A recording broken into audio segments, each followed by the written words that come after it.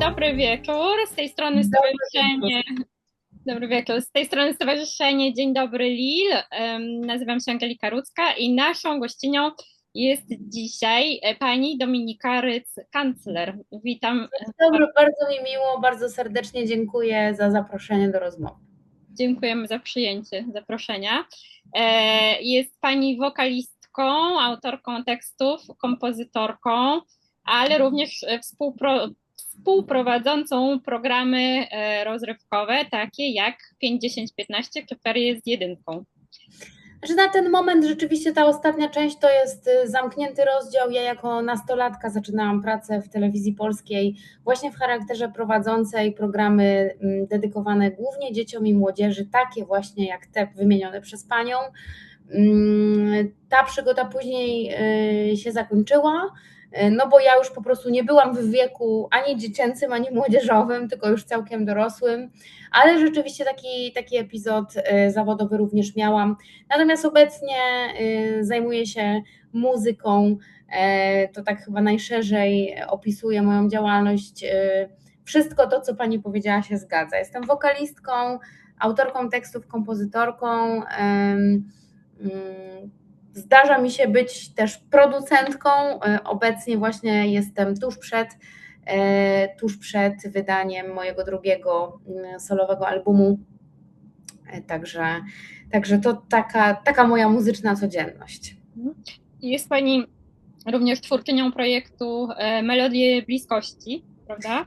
Tak naprawdę to jest mój pseudonim artystyczny. To jest taka nazwa, która spaja całą moją muzyczną działalność i ja po prostu pod tym pseudonimem prezentuję się publiczności. Te Melodie Bliskości to właśnie są moje teksty, moje kompozycje i moje wykonania wokalne, więc tak, można to uznać za nazwę mojego projektu autorskiego, ale też po prostu za moją nazwę artystyczną. To zanim przejdziemy do muzyki, bo to będzie głównym tematem naszego spotkania, chciałam panią zapytać na wstępie, ponieważ ja, jak wiadomo, znajduję się we Francji, o pani doświadczenia z Francją, bo wiem skądinąd, że takowe pani ma. Także proszę opowiedzieć o pani przeżyciach, podróżach do Francji i doświadczeniach zawodowych również. Tak naprawdę, przepraszam, upały dają się. Tak, to się zdarza każdemu. Moja przygoda w zasadzie pierwotnie była to przygoda z językiem francuskim. Kiedy poszłam do liceum, moją wychowawczynią okazała się być pani właśnie romanistka, która prowadziła lekcje języka francuskiego. Wspaniała osoba, wspaniały pedagog.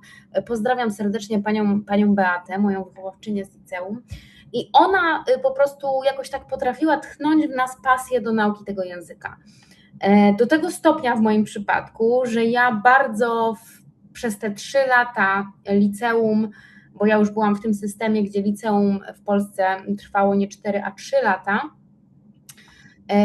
że ja bardzo tę naukę zintensyfikowałam i postanowiłam zdać maturę z francuskiego, więc zapisałam się do takiej szkoły, gdzie właśnie też były spotkania dotyczące kultury Francji, zwyczajów, kuchni francuskiej. Bardzo mnie zafascynował ten kraj. I też jako wokalistka gdzieś tam zawsze lubiłam po prostu piosenkę francuską. Zawsze i Edith Piaf i inni artyści francuscy gdzieś tam budzili mój ogromny podziw. Ja chętnie po te utwory sięgałam. No i jak sobie postanowiłam w tej pierwszej klasie liceum, tak faktycznie zrobiłam, zdałam maturę i później kontynuowałam naukę francuskiego, nadal intensywnie właśnie w takiej szkole języka francuskiego. No i cóż, po maturze, po tych 3 latach nauki i zdaniu matury, postanowiłam te długie wakacje, które są między właśnie maturą a rozpoczęciem studiów, wykorzystać na wyjazd do Francji. Pierwszy mój w życiu wyjazd do Francji o charakterze już wtedy zawodowym, bo właśnie pracowałam jako fille au pair na statku. na Lazurowym Wybrzeżu. Więc była to wspaniała przygoda, rzeczywiście bardzo żywy kontakt i z językiem, i z kulturą Francji. A potem wracałam regularnie i rzeczywiście też kiedyś trochę z biegiem różnych zdarzeń trafiłam też do środowiska zawodowego, francuskojęzycznego i ta przygoda też przez kilka lat trwała. Akurat nie była to przygoda związana z moim podstawowym zawodem, właśnie tym artystycznym, ale bardzo ciekawy epizod, który wspominam wspaniale, bo właśnie dał mi możliwość przede wszystkim szlifowania języka, poznawania kultury francuskiej, podróżowania po Francji. A aktualnie no właśnie mój kontakt po pierwsze polega na tym, że zdarza mi się wykonywać takie programy koncertowe związane właśnie z piosenką francuską, a po drugie po prostu lubię podróżować w te rejony. Bardzo lubię i Francję, i Hiszpanię, to są takie moje ulubione kierunki wakacyjne, więc po prostu kiedy tylko mogę, to bywam. A miała Pani jakieś zaskakujące przeżycia we Francji, takie sytuacje, których się Pani kompletnie nie spodziewała, czy może no, takie zetknięcie z kulturą francuską, o którym nie myślała Pani w Polsce, że to właśnie tak przebiegnie, coś nietypowego? To znaczy tak, to co mi tak na szybko przychodzi do głowy, to bardzo byłam zaskoczona, kiedy no u nas już te płatności zbliżeniowe na przykład były takie bardzo spopularyzowane i ja w zasadzie byłam osobą w 100% bezgotówkową w każdej życiowej sytuacji. I dużym szokiem dla mnie było, kiedy właśnie pracując z Francuzami, zobaczyłam, jak oni płacą czekiem na przykład. To był dla mnie wielki szok, Tak. że to wciąż jest rzeczywiście taka popularna metoda płatności, ale uważam, że to jest coś unikalnego, bardzo ciekawego i to też zawsze był wspaniały pretekst do właśnie rozmowy o kulturze Francji i o tym, jak właśnie pewne tradycyjne rzeczy są istotne w tym kraju. To zawsze było dla mnie bardzo fascynujące, więc tak, no pamiętam to. Jeśli chodzi o kuchnię francuską, to zawsze ją lubiłam, bardzo lubiłam słodkie śniadania, bo w Polsce rzeczywiście rzadko mi się takowe przytrafiały, raczej zawsze były wytrawne, a tutaj po prostu dżemiki, croissanty, no wspaniała sprawa. Do tej pory czasami sobie takie święto w domu nawet robię i takie słodkie śniadanko sobie serwuję, także bardzo, bardzo lubię kuchnię francuską, jak i właśnie muzykę francuską. No absolutnie niedościgniona, niepodrabialna artystka Edith Piaf, jej piosenki, do których z wielką ochotą wracam za każdym razem. Przepiękne teksty, to jest naprawdę kopalnia, po prostu taki muzyczny skarbiec, do którego można wracać i wracać i wracać i on się po prostu nie przeterminowuje, jest zawsze aktualny. Śpiewa Pani w domu piosenki Edith Piaf, czy na jakichś występach może bardziej publicznych? Raczej właśnie w kontekście takich programów koncertowych, które czasami wykonuję. Podejmujemy współpracę na przykład z dużymi firmami, z kapitałem francuskim, które mają swoje takie spotkania pracownicze, tak zwane imprezy firmowe, tudzież imprezy integracyjne. No i tam czasami na tego typu wydarzeniach jest właśnie zaplanowana część muzyczna. No i ja wtedy wykorzystuję rzeczywiście swoją znajomość języka i w języku francuskim takie koncerty prowadzę i też śpiewam piosenki po francusku, więc zdarza mi się łączyć pasję muzyczną z pasją do Francji i języka francuskiego. One się odbywają w Łodzi, czy w różnych miastach? W różnych miastach, tak. No, czasami jest to moje właśnie miasto Łódź, a czasami jest to Warszawa, a czasami jeszcze jakieś inne polskie miasta, także bardzo różnie to bywa. W zależności od tego, gdzie zlokalizowana jest właśnie taka firmowa impreza, tudzież inne wydarzenie. Czasami to też wigilie firmowe, takie właśnie firm, gdzie bardzo dużo jest w zarządzie osób francuskojęzycznych, które, jak zapewne obie wiemy, najbardziej lubią, jak zwracamy się do nich w ich języku, raczej nie przepadają za rozmowami w języku angielskim, więc wtedy właśnie też często organizowane są te spotkania z akcentem francuskim, właśnie muzyka francuska, jak i konferencjerka francuska. To jest zawsze doceniane i zawsze spotykam się z ogromną serdecznością i życzliwością ze strony Francuzów, którzy właśnie oczywiście wiedzą, że ja nie jestem z Francji, bo jakbym się nie starała, no mój akcent będzie zawsze słyszalny, ale zawsze czuję się właśnie bardzo ciepło przez nich przyjęta jako Polka, która rozmawia po francusku. A uważa Pani, że francuski to trudny język do nauki? Szczerze mówiąc, aktualnie uczę się na przykład języka hiszpańskiego, który ma dla odmiany taką opinię języka łatwego. Dla mnie zdecydowanie jakoś jest on trudniejszy niż francuski. Może dlatego, że francuski zawsze przyciągał mnie tą swoją piękną melodią. No ja jako muzyk po prostu to moje ucho jest tak skonstruowane, że ja wyszukuję zawsze tego dźwiękowego piękna i dla mnie francuski jest absolutnie najbardziej melodyjnym, pięknym językiem. Jest też językiem o dość trudnej gramatyce, natomiast no, można doszukać się tam logicznych połączeń, więc jakby nie uważam, żeby był to język bardzo, bardzo trudny. Myślę, że na pewno łatwiejszy od polskiego, w takim sensie, że obcokrajowiec uczący się polskiego myślę, że ma trudniejsze zadanie niż Polak uczący się francuskiego. To na pewno. To proszę jeszcze powiedzieć, w jakim regionie Francji przebywała Pani najdłużej, albo w jakich miastach?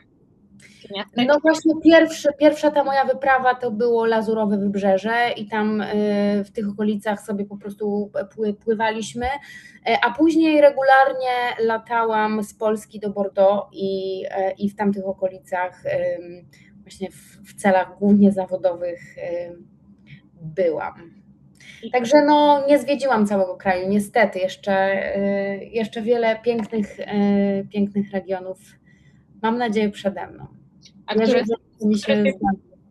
które z tych miejsc bardziej się Pani podobało? Bordeaux czy Lazurowe? Jeśli miałaby Pani wybrać? Kurczę, chyba Lazurowe. To dla mnie było takie wielkie przeżycie, bo to po prostu ja czytałam o Lazurowym Wybrzeżu, znałam to tylko z obrazów po prostu wielkich artystów albo z filmów, więc dla mnie bycie tam po prostu Saint-Tropez i cały ten lazurowy klimat to było bardzo, bardzo takie silne przeżycie, które zapamiętałam, ale oczywiście no też Paryż zrobił na mnie duże wrażenie, bo tak, byłam też w Paryżu, byłam nawet w Euro Disneylandzie raz, tak, także też ogromne wrażenie stolica na mnie zrobiła. No najmniej chyba znam północ kraju i tam jeszcze mam nadzieję pojechać. Brała Pani udział w Międzynarodowym Festiwalu Piosenki i Tańca w Koninie i zdobyła Pani Grand Prix na Międzynarodowym Festiwalu Piosenki Tańczące Eurydyki imienia Anny Garman w Zielonej Górze oraz nagrodę na Teneryfie na International Music Festival. Proszę opowiedzieć coś o tych festiwalach, jak to wyglądało. To tak naprawdę festiwale to jest ogromna część mojego życia, głównie mojego dzieciństwa i tego okresu nastoletniego i wczesnej dorosłości, tak bym to opisała, bo to był rzeczywiście czas, kiedy bardzo intensywnie podróżowałam festiwalowo. Bardzo doceniam to, bo to była oprócz tego, że wspaniała przygoda i oczywiście możliwość poznawania ludzi z całego świata, absolutnie, to był to też fantastyczny kurs, po prostu świetny rodzaj edukacji, zestawienie z bardzo różnymi metodami, z bardzo różnymi technikami wokalnymi, bo najczęściej te festiwale połączone były też z czymś takim jak warsztaty wokalne, gdzie przyjeżdżali różni nauczyciele emisji głosu, interpretacji w zasadzie z całego świata i właśnie w tym międzynarodowym środowisku prowadzono zajęcia. Także wspominam ten czas fantastycznie.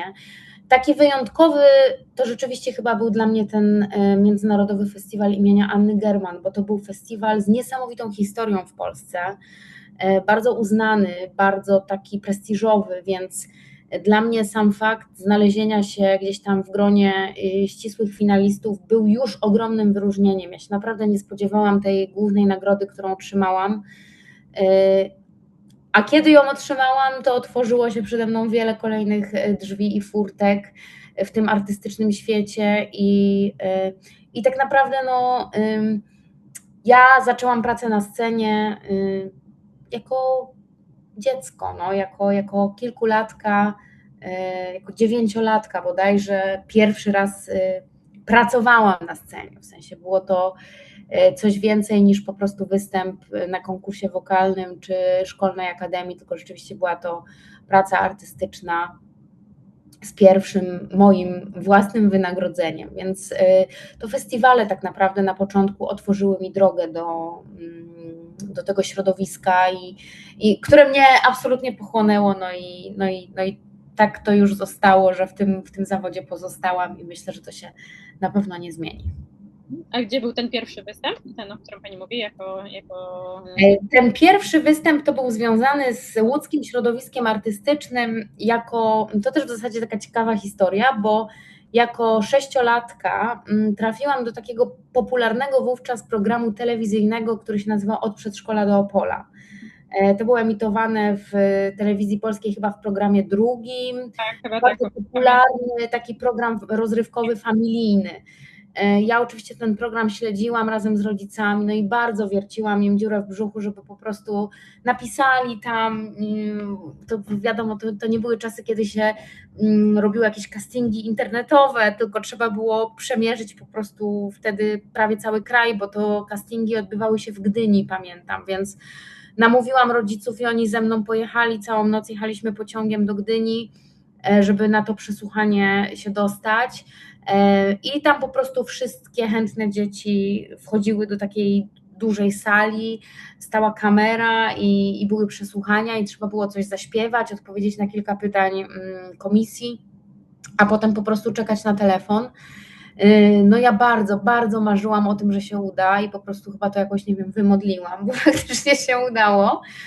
I co najciekawsze, trafiłam, bo to nie jest tak, że jakby wiadomo wcześniej, kto będzie gościem odcinka, tak? Tam zawsze w każdym odcinku była jakaś gwiazda sceny polskiej, prowadzącą osobą i też jurorem czy jurorką.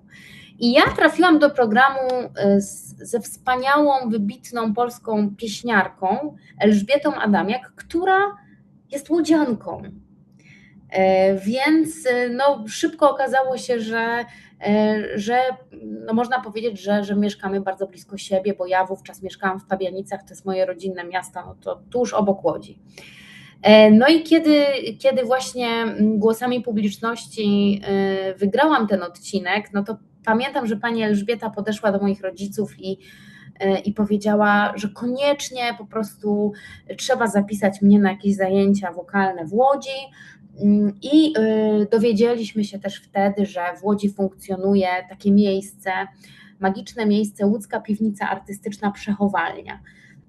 To była taka łódzka wersja piwnicy pod Baranami, można powiedzieć, miejsce prowadzone właśnie przez panią Elżbietę, przez jej męża Andrzeja Poniedzielskiego i bardzo wielu artystów gościło tam ze swoimi występami.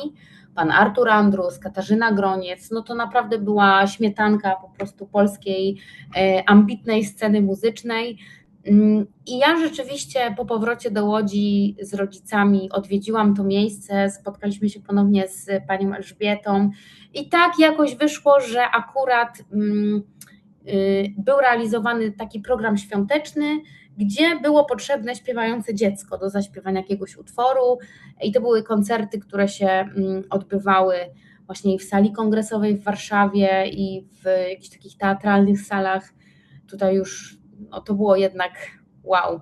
Nawet boję się powiedzieć ile lat temu, ale dużo lat temu, więc nie pamiętam aż tak bardzo szczegółów, ale pamiętam, że właśnie po prostu byłam na jednej scenie ze swoimi idolami, właśnie takimi jak no i pani Elżbieta i Katarzyna Groniec, która Od dziecka mnie fascynowała. Pamiętam, jak obejrzałam musical Metro z jej udziałem, to byłam... Oj, pamiętam, przepraszam, ten musical wtedy był wielkim wydarzeniem. Ja pamiętam, że wtedy byliśmy na wakacjach razem z dziećmi z Warszawy i po prostu wszyscy mówili o musicalu Metro, wszyscy. Tak. I dzieci, do tej pory dorośli. jest to fenomen, do tej pory jest Tak. to fenomen, lata mijają, Metro dalej trwa.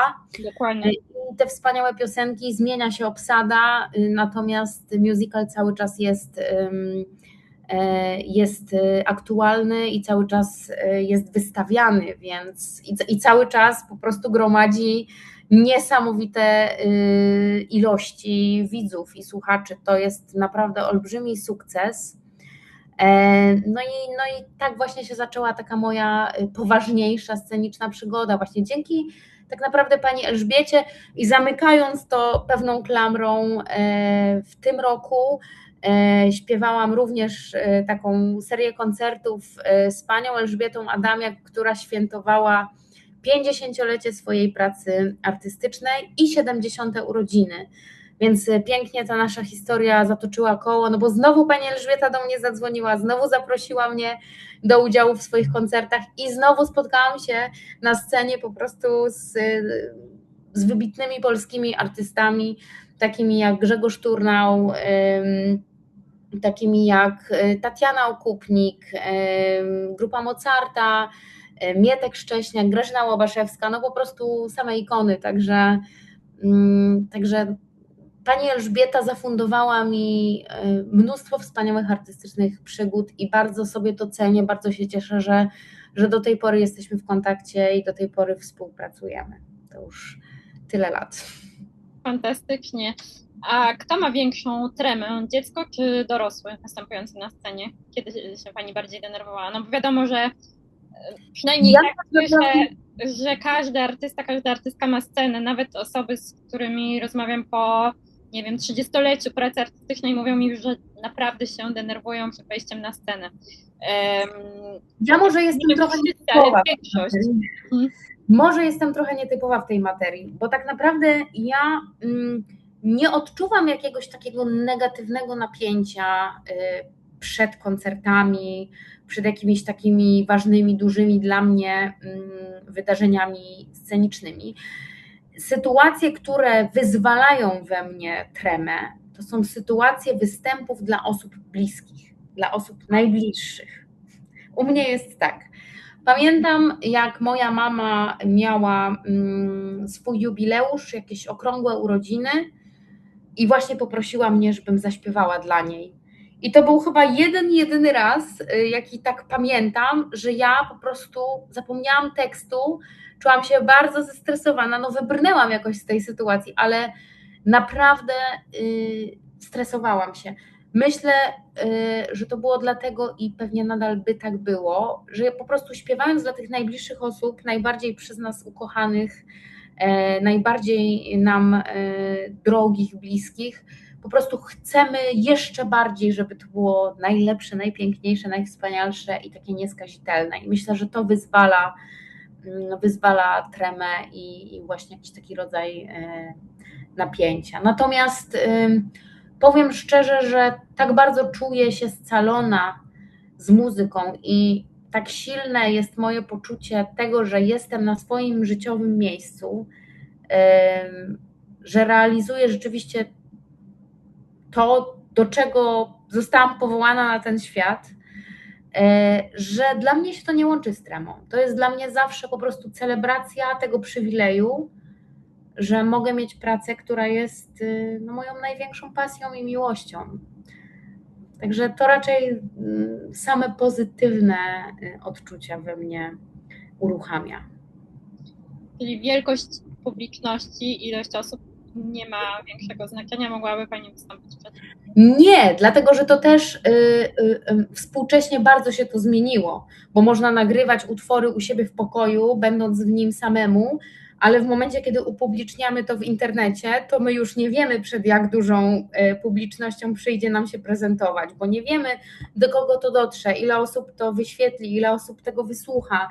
To zawsze jest jednak trochę zagadka, przynajmniej dla mnie, bo bo ja nie wiem, jak te algorytmy aktualnie działają. Także nie, ja nie myślę o tym, jak duża jest publiczność. Niezależnie od tego, czy śpiewam dla kilkuset, czy dla kilku osób, zawsze staram się po prostu zrobić to najlepiej jak potrafię i z największym zaangażowaniem i radością tego, że wciąż mogę to robić.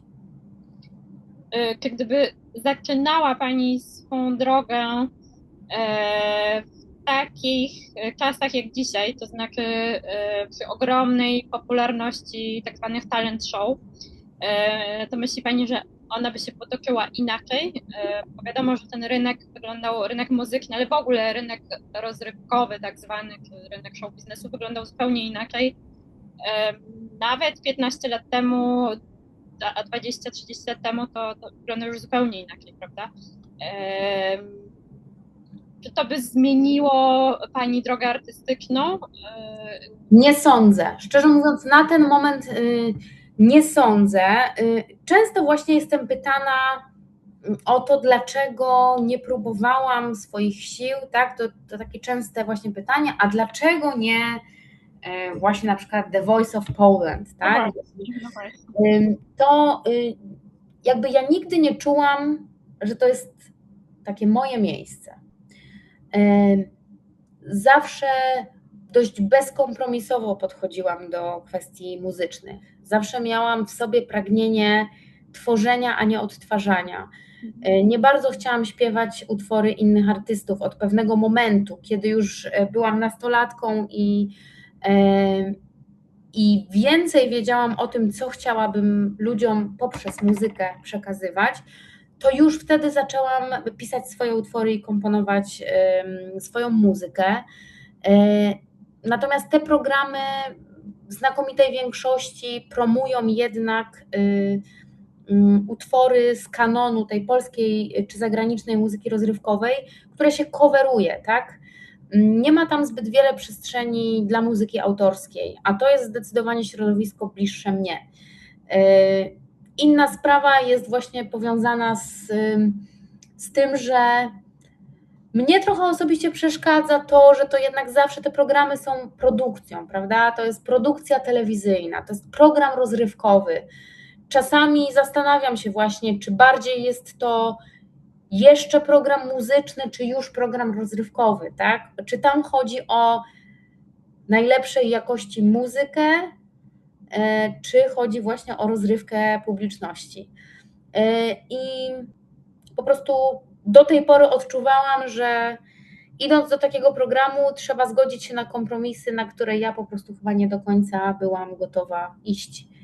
I dlatego wybrałam drogę poza mainstreamem, tak można powiedzieć, zdecydowanie bardziej niszowo, za to blisko siebie i blisko swoich wartości, przekonań, i to też uważam za ogromny przywilej, że właśnie muzyka stała się dla mnie tym językiem, w którym się najchętniej wypowiadam. Choć kocham język polski, kocham język francuski, to już ustaliłyśmy, ale moim pierwszym językiem jest muzyka po prostu i czuję, że najpełniej jakby wyrażam siebie i najprawdziwiej o sobie mówię innym ludziom za pomocą dźwięków.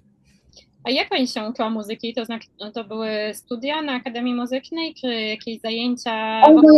Moja droga była bardzo nietypowa i bardzo pokrętna, głównie z tego powodu, że właśnie ja rozpoczęłam pracę po prostu w okresie szkolnym, bardzo wcześnie, bardzo młodo, i rzeczywiście ta intensywność tego mojego artystycznego życia była na tyle duża, że miałam zarówno epizody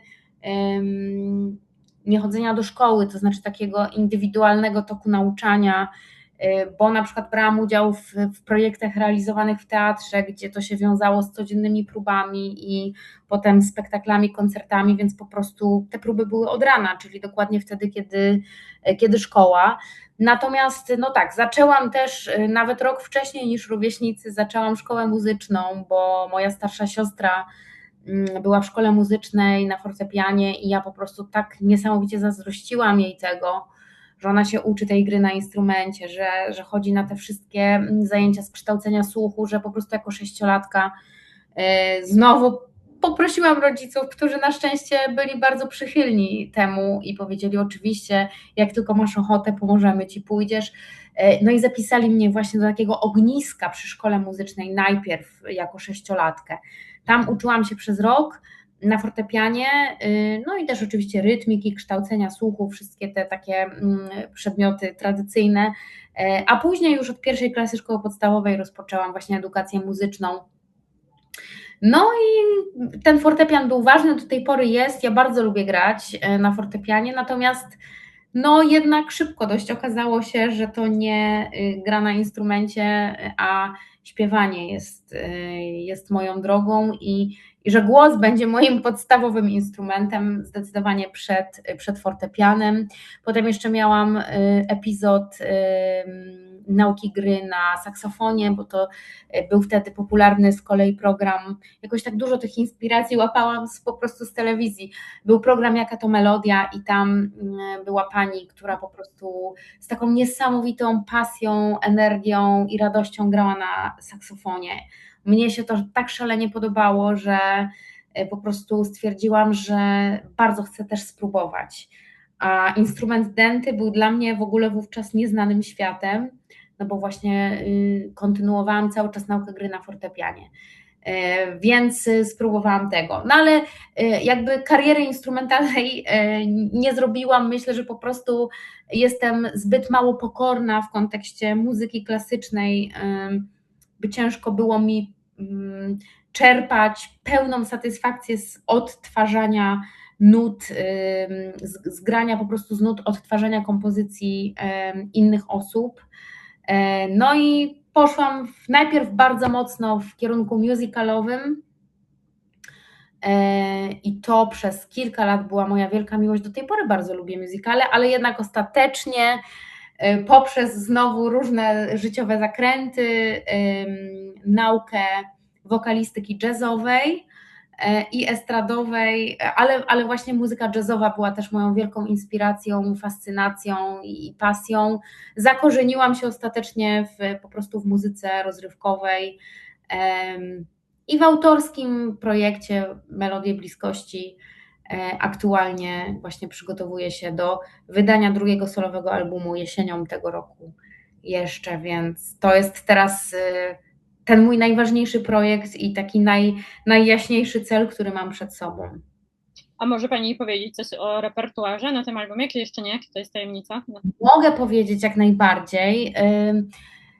Melodie Bliskości dla dorosłych, bo ja je tak nazywam, ponieważ pierwsza płyta w ogóle muszę się trochę, żeby odpowiedzieć na to pytanie, to jeszcze się muszę znowu kroczek cofnąć. Bo pierwsza płyta, jaką wydałam z moją autorską muzyką, to była płyta Melodie Bliskości, kołysanki w duchu rodzicielstwa bliskości. To była płyta, która nigdy nie miała być wydaną płytą.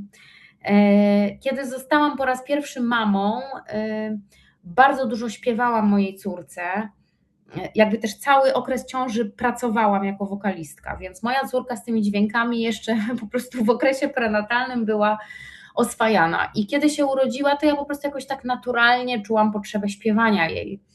I sięgałam oczywiście po te takie standardy kołysankowe, tak? A Kotki 2 i różne hity takie, no można powiedzieć, znane każdemu w Polsce. Ale w pewnym momencie stwierdziłam, że kurczę, już czuję troszkę zmęczenie tym samym repertuarem i warto by było pośpiewać coś innego. I zaczęłam po prostu układać różne krótkie piosenki. Co mi przychodziło do głowy, to śpiewałam. I ani się obejrzałam, napisałam tych kołysanek całkiem sporo. I zaczęłam śpiewać je właśnie najpierw jednej córce, potem już 2 córkom. Potem zaczęłam się tym gdzieś dzielić tak trochę nieśmiało wśród bliskich, wśród moich koleżanek, którym też rodziły się dzieci. Zdarzało mi się nagrać jakąś kołysankę, dać w prezencie komuś.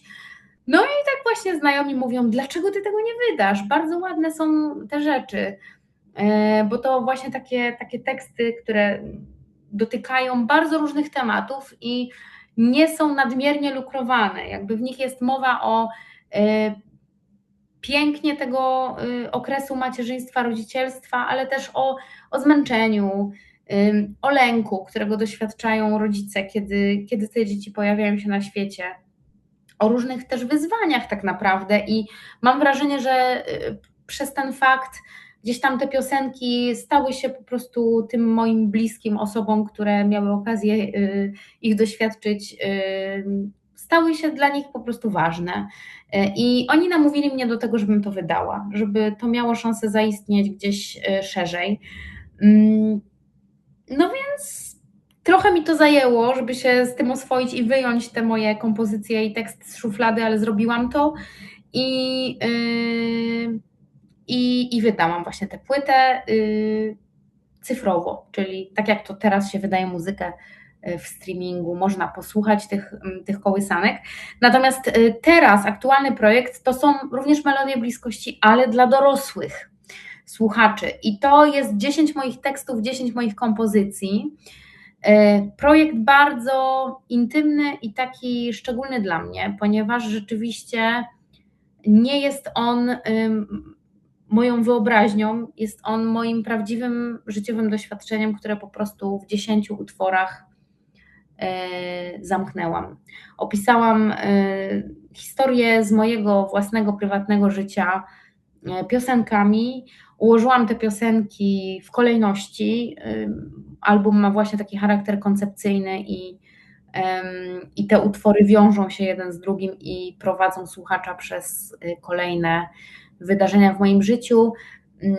I to tak naprawdę jest projekt, o którym ja mówię, że że to jest taki pamiętnik muzyczny z wewnętrznych dorosłych podróży, czyli z procesu poznawania siebie, budowania ze sobą takiej szczerej, bardzo bezkompromisowej relacji siebie ze sobą.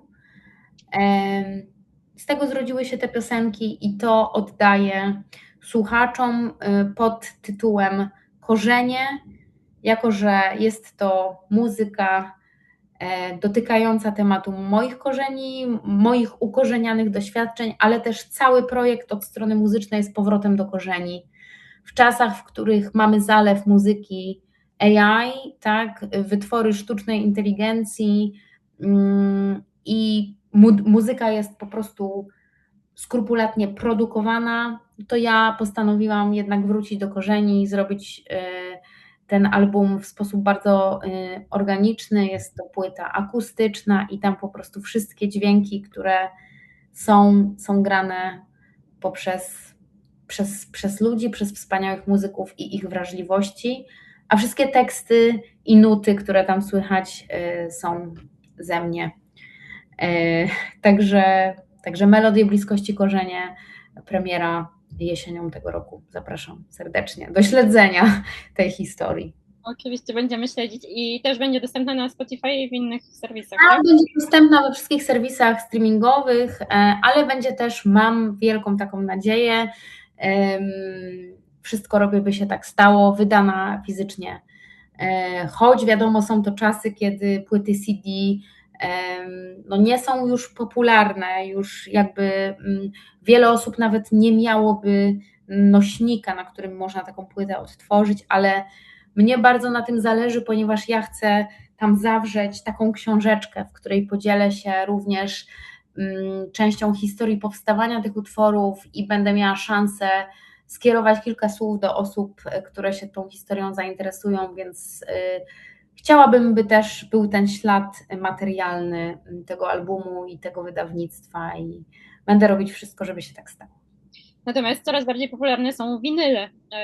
Nie wiem, czy się z tym Pani spotyka, ale nawet tutaj wśród Polek i Polaków we Francji ja obserwuję wielki powrót do winyli, również w domach prywatnych, w mieszkaniach, innymi słowy, i ludzie no, kolekcjonują na nowo winyle, kupują odtwarzacze, gramofony gdzieś na targach staroci, sprzedają między sobą winyle, także no, jest to coś zaskakującego, ale myślę, że to jest prawdziwy trend, dlatego że kilkanaście razy spotkałam się wzięłam udział w rozmowach po prostu prywatnych, w których ludzie rozmawiali o powrocie winyli, o tym, że tworzą nową kolekcję, nową, starą. Tak? Prawda, i to też jest jakieś takie marzenie, które mam z tyłu głowy na pewno.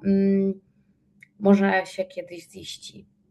Ja sama bardzo lubię winyle i uważam, że jakby fantastyczne jest to, że coraz więcej też słuchaczy, fanów, przeróżnych artystów po prostu kupuje płytę, niekoniecznie dlatego, żeby słuchać na niej muzyki, tylko żeby wesprzeć swojego ulubionego artystę, no bo muzyka w streamingu jest po prostu dostępna, proces produkcji albumu pochłania bardzo wiele środków.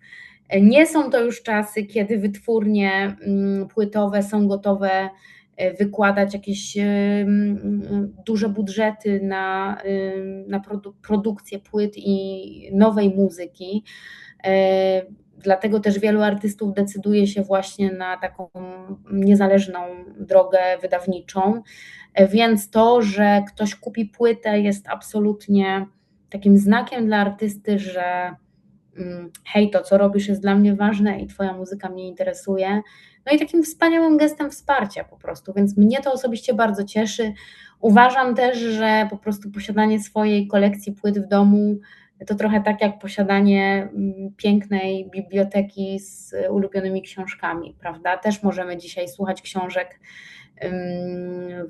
pod postacią audiobooków, a jednak ten papier, ten zapach tego druku, okładka wciąż dla wielu osób jest ważna. I ja myślę, że płyty będą wracały i bardzo dobrze. Dziś są takim elementem tak zwanego merchu artystycznego.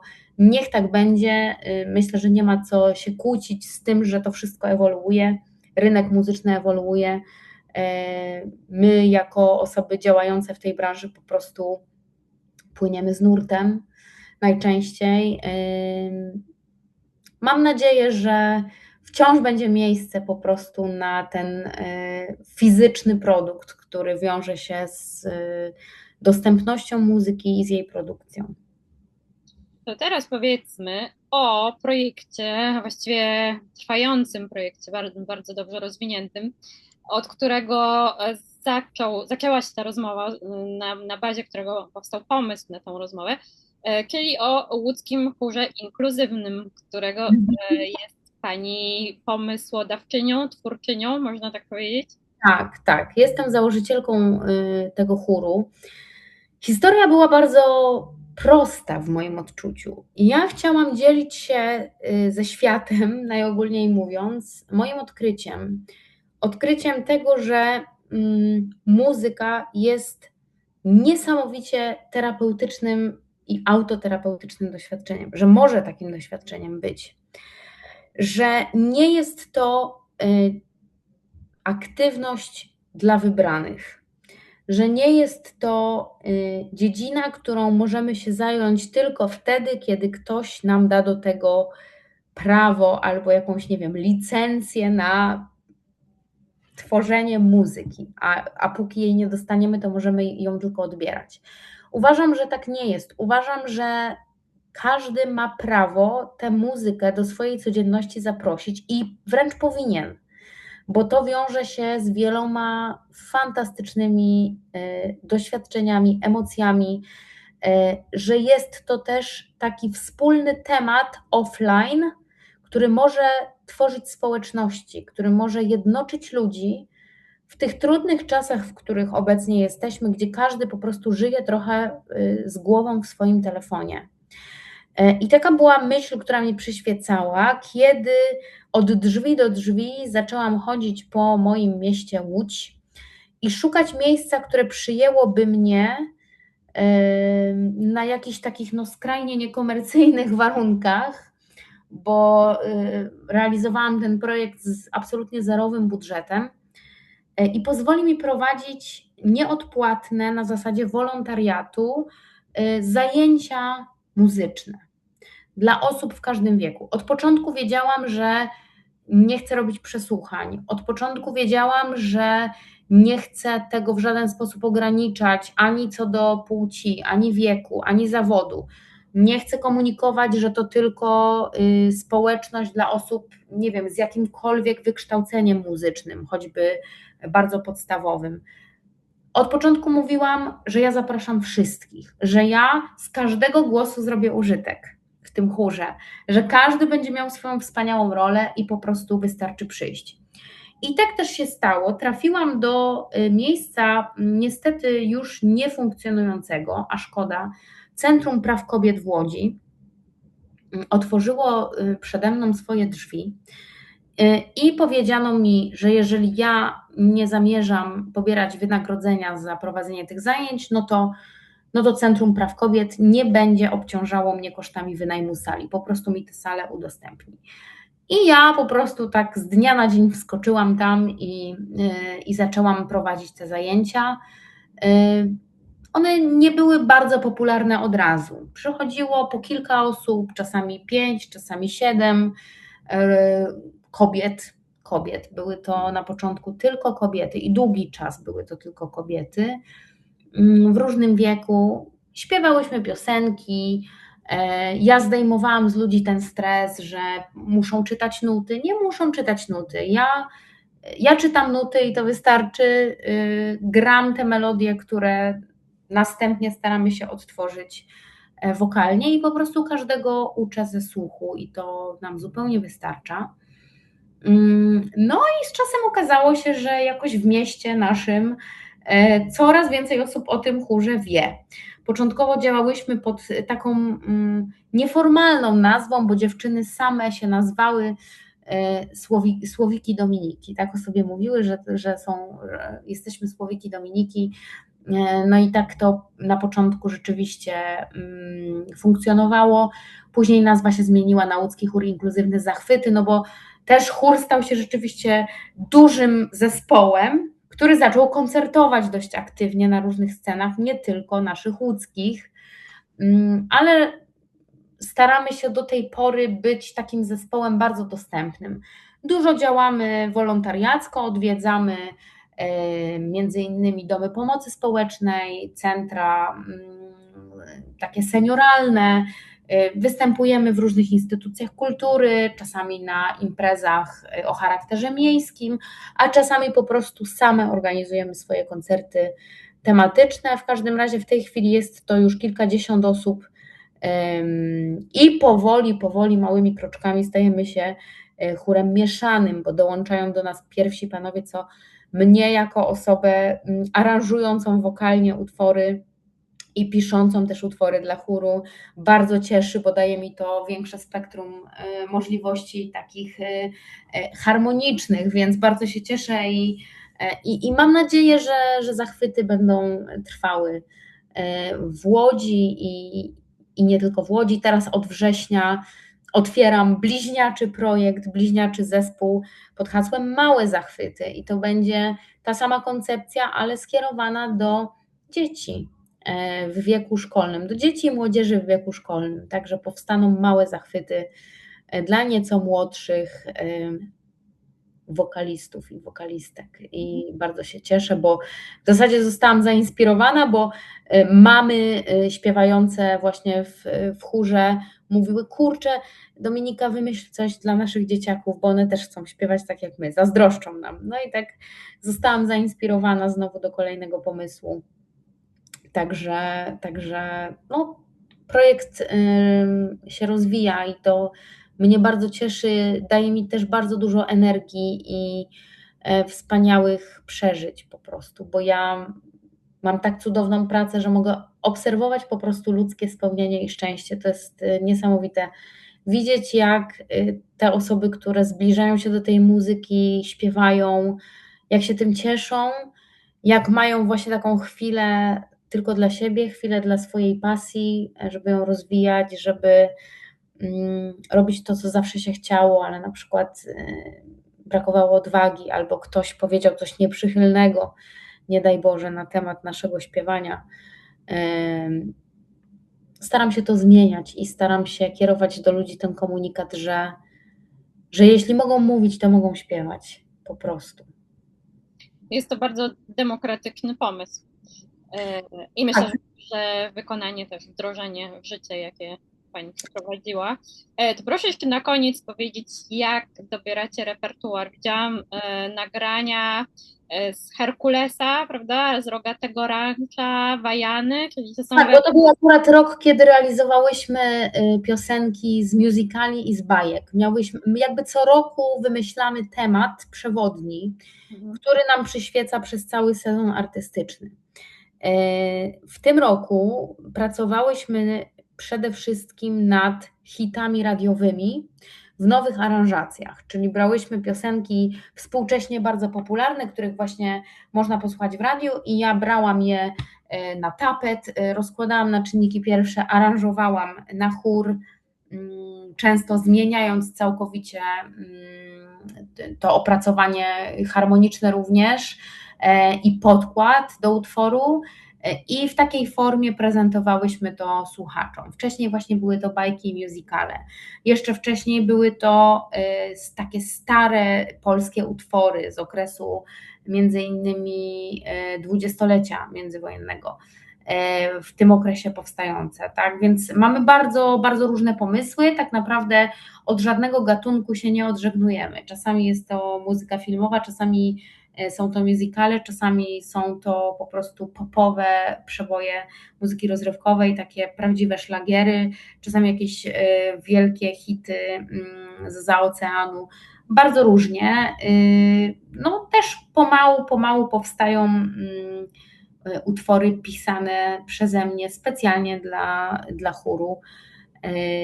Także mam nadzieję na to, że też będzie zespół budował swój własny repertuar. Kto wie, może z czasem też niektórzy członkowie, członkinie odważą się na jakieś twórcze działania i na przykład przyniosą na którąś z prób jakiś tekst lub melodię. Nie wypowiem tego. Byłabym bardzo szczęśliwa, gdyby udało mi się do tego zainspirować. Zobaczymy, co czas przyniesie. Był też Grachuta, Moja i Twoja nadzieja i chyba True Colors, prawda? Tak, no to w okresie właśnie kryzysu powodziowego, tego ostatniego, wróciłyśmy do tego utworu, bo on, no, myślę, że nierozłącznie kojarzy się z tą wielką powodzią z 97 roku, no ale jak wiadomo, niedawno mieliśmy niestety powrót i znowu ta piosenka wróciła w nowej formie i my też do niej wróciłyśmy, też napisałam do niej opracowanie na chór i też to prezentowałyśmy. Także my bardzo, znaczy ja bardzo, bo chór jest trochę skazany na moje pomysły często, ale ja uwielbiam stare piosenki, ja uwielbiam poetyckość tekstów Agnieszki Osieckiej, Wojciecha Młynarskiego, Jonasza Kofty. Uważam, że dzisiaj niestety takie utwory już nie powstają o tak rozbudowanej, tak metaforycznej, tak wielobarwnej i wielopoziomowej warstwie tekstowej. Dlatego ja z wielką ochotą i sentymentem wracam do takich właśnie utworów i sama lubię je wykonywać i też staram się pokazywać je innym, również młodym ludziom, którzy dzisiaj mają no, zgoła odmienne wzorce muzyczne, więc tak, to taka moja pasja i tym chyba epatuję po prostu na zewnątrz. Pani Dominiko, bardzo serdecznie dziękujemy za tę rozmowę. Życzymy rozwoju wszystkich projektów, o których Pani powiedziała, i na pewno spotkamy się muzycznie, czy to na Spotify, czy może w realu. Miejmy na to nadzieję. Bardzo zapraszam, będzie mi bardzo miło.